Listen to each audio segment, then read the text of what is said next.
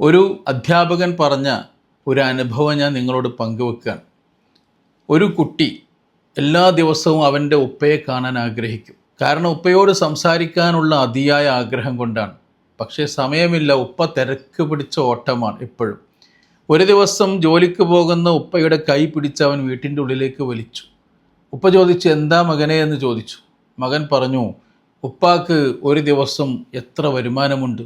ഉപ്പ മറുപടി പറഞ്ഞു, ഒരു ദിവസം 1 മണിക്കൂറിൽ എനിക്ക് 100 രൂപയാണ് വരുമാനം. അപ്പോൾ മകൻ ഉപ്പയോട് പറഞ്ഞു, ഉപ്പ പോകരുത്, 1 നിമിഷം എന്ന് പറഞ്ഞ് വീടിൻ്റെ ഉള്ളിലേക്ക് ഓടിച്ചെല്ലുകയും എന്നോ അവൻ്റെ കുടുംബക്കാരോ ആരോ നൽകിയ ഒരു 100 രൂപയുടെ നോട്ടെടുത്ത് കൊണ്ടുവരികയും അവൻ്റെ ഉമ്മയിൽ നിന്നൊരു 100 രൂപ അവൻ കടം വാങ്ങുകയും ചെയ്ത് ഉപ്പാക്ക് കൊടുക്കുകയാണ്. ആ ഉപ്പയോട് പറഞ്ഞു, ഉപ്പ, നിങ്ങൾക്ക് 1 മണിക്കൂറിൽ കിട്ടുന്ന 100 രൂപ, അങ്ങനെ 2 മണിക്കൂറിൽ കിട്ടുന്ന 200 രൂപ ഇതാ ഞാൻ തരികയാണ്. ഒരു 2 മണിക്കൂർ എന്നോടൊന്ന് സംസാരിക്കാമോ എന്ന് ഒരു കുട്ടി ഉപ്പയോട് ചോദിക്കുന്ന ദയനീയമായ രംഗമാണ് ഈ അനുഭവത്തിലുള്ളത്.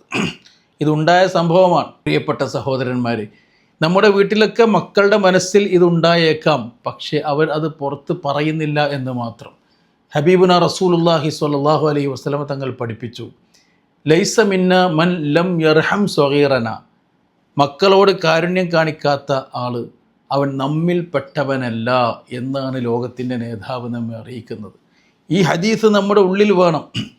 എത്രയെത്ര മക്കളാണ് മാതാപിതാക്കളോട് ഒന്ന് സ്വസ്ഥമായിട്ട് ഇരുന്ന് സ്വതന്ത്രമായി ഒന്ന് സംസാരിക്കണമെന്ന് ആഗ്രഹിക്കുന്നത്, കാര്യങ്ങൾ തുറന്ന് പറയണമെന്ന ആഗ്രഹം.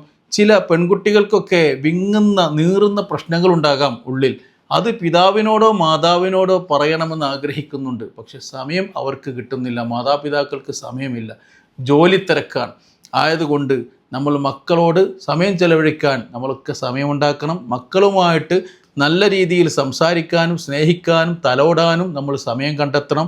ആ സമയം നമുക്ക് ലഭിച്ചിട്ടില്ല എങ്കിൽ അതിൻ്റെ കോൺസിക്വൻസസ് ഹൈലി ഡേഞ്ചറസ് ആണ്, വളരെയധികം സീരിയസ് ആയ കാര്യമാണ്. കുടുംബത്തിൽ വിള്ളലുകൾ ഉണ്ടാകാൻ സാധ്യതയുണ്ട് എന്ന് നമ്മളൊക്കെ ഓർക്കണം.